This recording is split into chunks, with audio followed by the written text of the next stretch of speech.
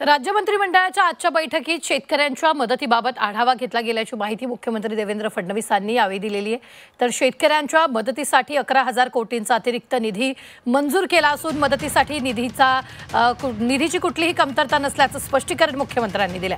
40 लाख शेतकऱ्यांच्या खात्यात पैसे जमा झाले असून हमीभावाप्रमाणे शेतकऱ्यांना पैसे दिले जात आहेत, असे पंचनामे झाले, तशी मदत दिली गेली आहे। 15 दिवसात सर्व शेतकऱ्यांना पैसे मिळणार असल्याचं मुख्यमंत्र्यांनी सांगितलेलं आहे।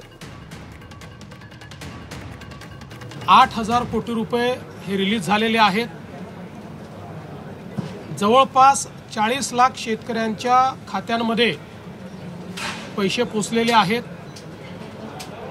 आज मंत्रिमंडळाच्या बैठकीत अजून 11,000 कोटी रुपये रिलीज करण्याला मान्यता देण्यात आली। पुढच्या 15 ते 20 दिवसांमध्ये पूर्णपणे शेतकऱ्यांच्या खात्यामध्ये हे पैसे जातील। 90% आम्ही शेतकरी हे पुढच्या 15 ते 20 दिवसात कव्हर करायचा प्रयत्न करू। 10% तरी देखील लागतील, कारण काहींच्या अकाउंट्समध्ये प्रॉब्लेम आहेत, काहींच्या रेकॉर्ड्समध्ये प्रॉब्लेम आहेत, काही ठिकाणी मल्टिपल होल्डिंग आहे, तेही सॉल्व्ह करण्याचा प्रयत्न चाललेला आहे।